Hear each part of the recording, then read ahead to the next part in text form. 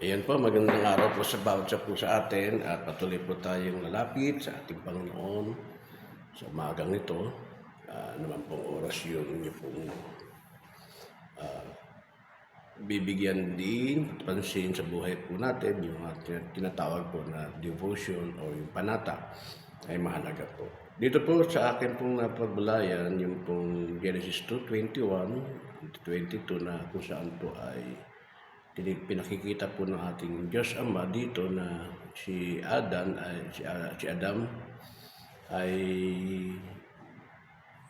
natulog at doon niya kinuha yung sa part ni Adam yung magiging creation naman para po sa babae. At dito po natin makikita yung una, sabi po nila parang ito daw po ay isang source of science, no? Na kung saan sa ngayon daw po pag operation po ng tao, binibigyan anesthesia na nakakatulong.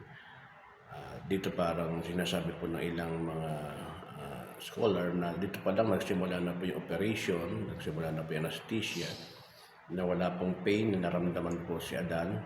Doon nga po sa part ng kanyang katawan ay kumuha. I remember po, may mga pagkakataon po na opera, like for example po yung mga nasunog na part ng katawan, o kaya naman po ay meron pong tatanggalin po sa part ng katawan ng tao na hindi na dapat mag-exist po doon sa kanyang katawan. Papalitan po na ibang part po sa katawan. So, husay po ng ganito pong uri ng kalagayan. May mga doktor na naniniwala na ang source po natin ito ay ang God talaga. So napakadakila po ng Panginoon na kumbaga naipakita na nung una pa yung himala po na yung kung paano nga po magdudugtungan ng buhay ng tao, kung paano po magkabubuhay pa rin ng tao sa pamamagitan nga po ng operation, ng mga bagay na kung saan nagagamit naman po. No? Pangalawa po, nakatawa rin natin dito yung tinatawag po na yung interdependent po yung lalaki at babae. Kumbaga, hindi na naglagay pa ng panibagong creation na hiwalay po sa pagkakakreate kay Adan, kundi mismo kay Adan, dahil si Adan po ay nakita naman natin na creation kay Adan sa pamamagitan po ng dust po na nilikha po ng ating Diyos Ama, ng ating pong Diyos na si Yahweh, through the unity ng God the Father, God the Son, and God the Holy Spirit.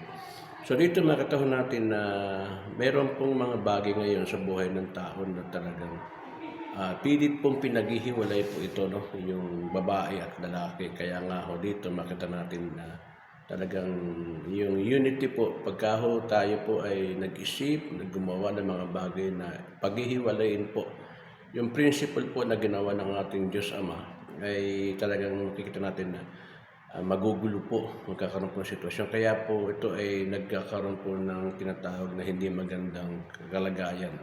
Like for example, sa ngayon po, marami pong mga mababatas, marami pong mga science po na pilit pong pinaghihiwalay kung ano po yung principle po na nilikha po ng ating Diyos. Kapag gano'n ang ginagawa, magkakaroon po ng disunity at yung mga konsekwensya po na maaaring mangyari po kapag gano'n po ang sitwasyon po na ating gagawin. Kaya katulad po dati sa ating bansa po na at meron po silang mga equal right, equal na kalagay katulad po ng judiciary, ng tinatawag na executive and legislative. Kapag may isa po mga bagay na gustong paghiwalayin or ibig sabihin po yung mas makapangyarihan yung isa, mas ganito po, magkakaroon po ng problem sapagkat they are equal in a sense po ng